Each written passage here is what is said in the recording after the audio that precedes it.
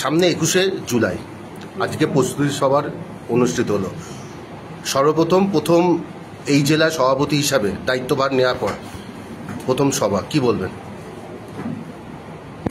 আমি অত্যন্ত কৃতজ্ঞ, অত্যন্ত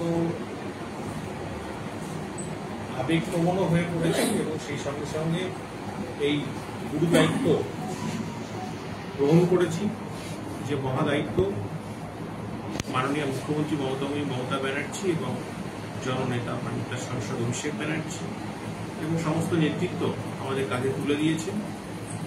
আমাদের রাজ্য সভানেত্রী সায়নী ঘোষ সহ প্রত্যেককে অসংখ্য কৃতজ্ঞতা এবং ধন্যবাদ জ্ঞাপন করছি। সেই সঙ্গে সঙ্গে আমরা তৃণমূল যুব কংগ্রেস নদিয়া দক্ষিণ সাংগঠনিক জেলা নবরূপে জাগ্রত হয়েছে। প্রত্যেকে তাদের মিটিং মিছিলের মধ্য দিয়ে, দেওয়াল লিখনের মধ্য দিয়ে 21শে জুলাইয়ের চূড়ান্ত প্রস্তুতি পর্বে রয়েছে। আমরা প্রত্যেকে নিশ্চিত অন্যান্য শাখা সংগঠনের সঙ্গে সঙ্গে অল ইন্ডিয়া তৃণমূল যুব কংগ্রেস একটা ব্যাপক সংখ্যায় প্রত্যেক ব্লক, টাউন অঞ্চল থেকে কর্মীরা এবার পায়ে পা মিলিয়ে ধর্মতলা যাবে। সাংগঠনিক দিক থেকে যদি দেখা যায়, রানাঘাট সাংগঠনিক অনেকটা পিছিয়ে আছে, 35তম জায়গায় আজ স্থান দখল করেছে। সেই জায়গা দাঁড়িয়ে থেকে কতটা কঠিন লড়াইটা? দেখুন, রানাঘাট এক সময় মমতা ব্যানার্জি অল ইন্ডিয়া তৃণমূল কংগ্রেসের দুর্গ ছিল।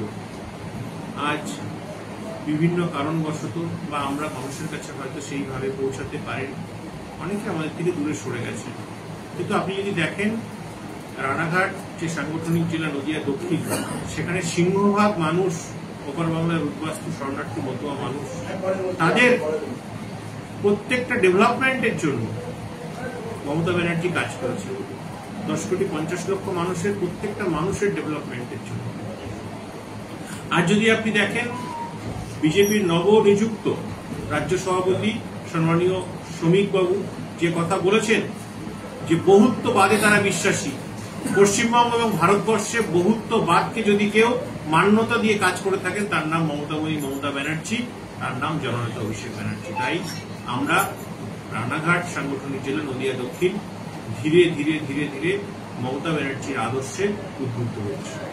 কিছুদিন আগে দেখা গেছে কুচবিহারে একটা এনআরসি, আসাম সরকার এনআরসির একটা কাগজ তাকে ধরিয়ে দিয়েছে।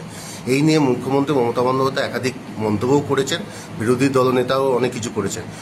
যেহেতু এটা নদিয়াটা এমন একটি জায়গা যেখানে এনআরসি এর মতন একটা আইনের আওতার মধ্যে পড়ে, একজন বিধায়ক হিসাবে এবং সাংগঠনিক নেতা হিসাবে কিভাবে ভাবছেন এই বিষয়টা?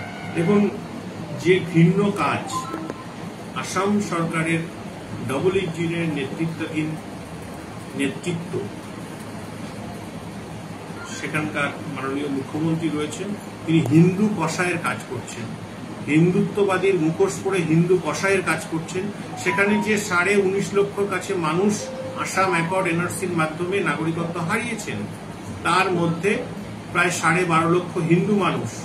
তাই হিন্দু মানুষের রক্তে কলঙ্কিত ডবল ইঞ্জিন সরকার বিজেপি সরকার, তার রাশ পশ্চিমবঙ্গ মাননীয় মুখ্যমন্ত্রী মমতা ব্যানার্জির উন্নয়নের রাজ্য, সেখানে এসেও পড়েছে। আমি ধিক্কার জানাই এই ধরনের অমানবিক কর্মকাণ্ডকে। কারণ শুধু পশ্চিমবঙ্গ নয়, ভারতবর্ষে যারা রয়েছেন, আমরা প্রত্যেকে এই ভারতীয় উপমহাদেশের মানুষ। অনেকে বিভিন্ন কারণবশত মুসলিম, খ্রিস্টান, বৌদ্ধ, জৈন বিভিন্ন ধর্মে ধর্মান্তরিত হয়েছে। তারা আমারই রক্ত, আমারই ভাই। আমি নিশ্চিত আমাদের প্রত্যেকের ডিএনএ টেস্ট করলে একই ডিএনএ পাওয়া যাবে। তা সামনে যেহেতু 21শে জুলাই আপনারা প্রস্তুতি সভা করলেন বটে, কতটা আশাবাদী যে এই নদিয়ার থেকে কত মানুষ সেই সভায় অংশগ্রহণ করবে যুব তরফ থেকে? দেখুন, আমাদের 21টা টাউন ব্লক রয়েছে তৃণমূল যুব কংগ্রেসের ক্ষেত্রে। অলরেডি আমরা 2-3টি ব্লকে একদম বর্ধিতভাবে উল্লেখযোগ্য কয়েক হাজার কর্মী নিয়ে আমরা কর্মী সভা করেছি 21শে জুলাই উপলক্ষে। প্রস্তুতি বৈঠক চলছে প্রত্যেকটা জায়গায়।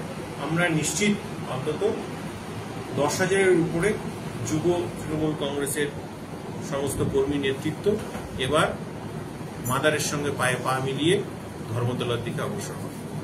নতুনভাবে সংগঠনের আগমন কতটা বিরোধী শক্তিকে ভেঙে দলকে শক্তিশালী করার জন্য উদ্যোগ নিচ্ছেন? দেখুন, বিরোধীকে ভাঙার জন্য আগে আমার সংগঠনকে শক্তিশালী করতে হবে, ঐক্যবদ্ধ সংগঠন গড়ে তুলতে হবে, আন্দোলন গড়ে তুলতে হবে। তার জন্য আগে আমার পার্টির ইন্টারনালি স্ট্রাকচারটাকে তৈরি করা দরকার। সেই জন্য মাদার সহ সমস্ত নেতৃত্বের সহযোগিতা কাম্য এবং তাদের কাছে ডিসকাস করে সর্বমত বিনিময়ের মাধ্যমেই আমরা কমিটি এবং সংগঠন তৈরি করব। ঠিক আছে, নামটা বলুন। ডক্টর মুকুটমণি অধিকারী, বিধায়ক, 90 রানাঘাট দক্ষিণ, অল ইন্ডিয়া তৃণমূল যুব কংগ্রেস সভাপতি, নদিয়া দক্ষিণ।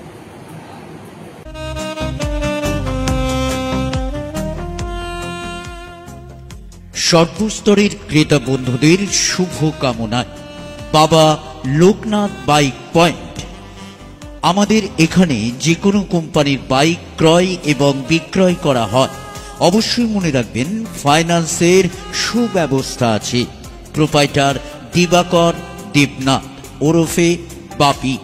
Mobile number 9002195367।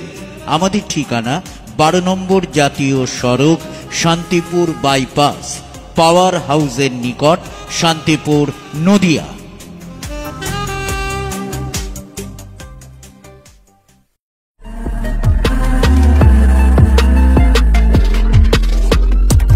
নমস্কার, আপনারা দেখছেন HR নিউজ 24, সত্যের লক্ষ্যে মানুষের পাশে।